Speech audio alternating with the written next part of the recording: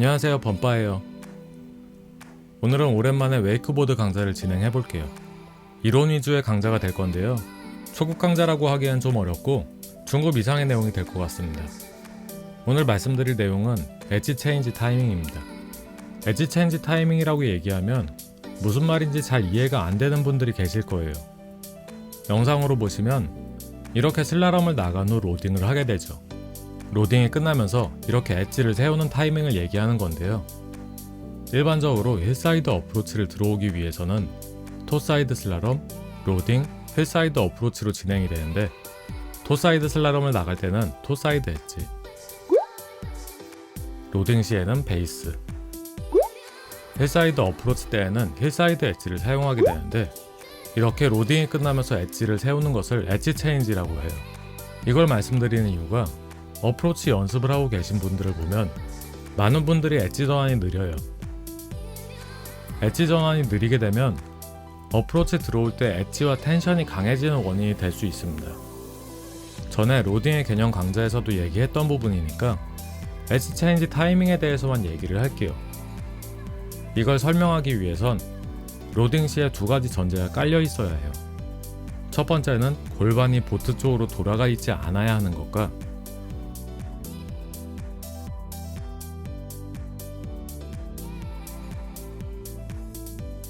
두 번째는 체중이 뒷발에만 실려있지 않아야 한다는 거예요. 이 두 가지가 잘 되어 있다는 가정하에 설명을 할게요. 웨이크보드를 타게 되면 이렇게 S커브를 그리면서 타게 되는데요.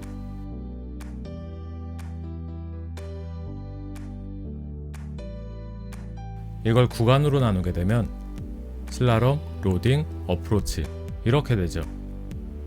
그럼 보트가 일정한 속도로 진행을 하고 있고 물이 보트와 같은 속도로 밀려온다고 가정을 하면 보트는 정지해 있는 상태로 보일 거예요. 그리고 우리는 보트에 묶여있는 줄을 잡고 타기 때문에 이렇게 시계추처럼 홀을 그리며 타게 될 거예요. 중앙에서 바깥쪽으로 나갈 때는 슬라럼, 바깥쪽에서 잠시 멈춰있는 순간은 로딩, 다시 중앙으로 들어올 때는 어프로치가 되겠죠.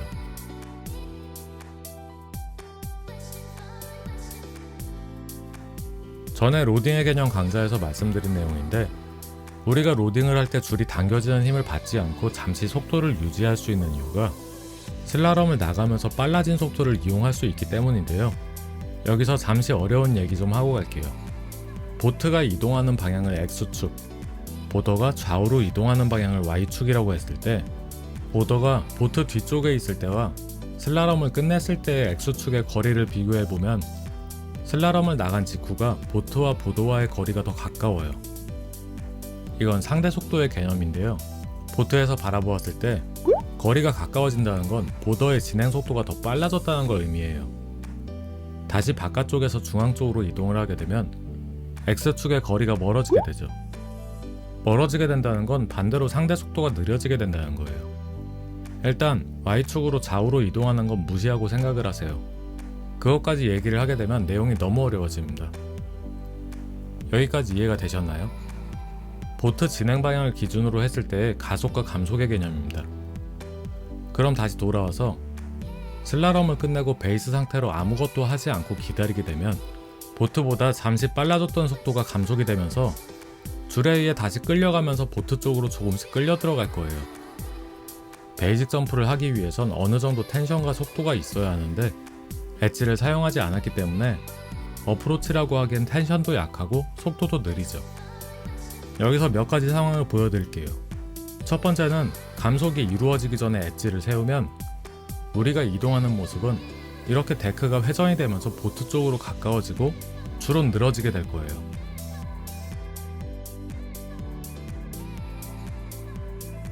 두 번째는 슬라럼을 끝내고 핸들을 놓아버리면 잠시 빨라졌던 속도를 이용해서 보트와의 거리를 유지를 하다가 내 속도가 느려지면서 점점 멀어지게 될 거예요.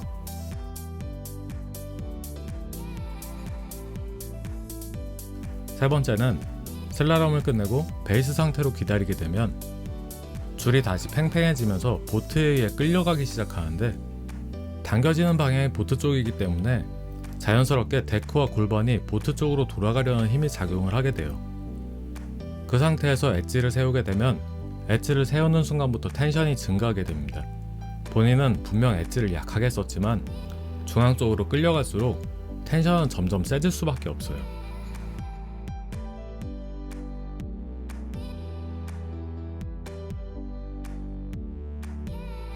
안정적인 어프로치를 사용하기 위해선 회전이 이루어진 후에 텐션이 증가하기 시작해야 해요. 우리가 줄이 늘어지지 않는 상태를 유지하면서 엣지를 세운 채 어프로치를 들어오려면 위에 두 가지 상황을 조합하면 돼요. 내가 감속되는 상태와 엣지를 세워서 데크에 회전을 만드는 상태를요. 상대적으로 보트보다 뒤쪽으로 이동을 하고 있지만 엣지의 데크가 돌아가면서 중앙 쪽으로 이동을 하게 되어서 홀을 그리는 라인을 유지할 수가 있게 되죠. 이걸 이해하고 있어야 나중에 슬라롬 거리를 줄이고 내 의지로 텐션을 만들어서 베이직 점프를 뛸 수 있습니다. 초급자 때는 슬라롬을 멀리 나가서 적정 타이밍에 엣지 체인지만 하고 기다리시면 회전도 부드럽게 만들어지고 텐션도 과하지 않게 만들어집니다. 쉽지 않은 내용이라 이해하기 힘들 수도 있을 것 같은데요. 그냥 말로 설명하면 줄은 일자로 펴져 있지만 팽팽하게 끌어당기지 않는 상태에서 엣지를 세워주시면 돼요. 서프 카빙이라는 연습 방법이 있는데 줄이 늘어지지 않게 유지하면서 골반에 개입 없이 엣지의 사용만으로 서프를 하는 걸 얘기해요. 그게 오늘 제가 말씀드린 것을 연습하는 방법이라고 보시면 될 거예요.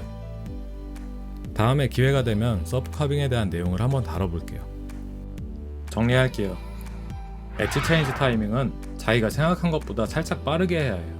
많은 분들이 줄이 당겨지는 힘을 느낀 후에 엣지를 세우려고 하는데 내가 끌려가는 힘을 받기 시작하면 체중은 뒤로 살짝 기대질 수밖에 없어요.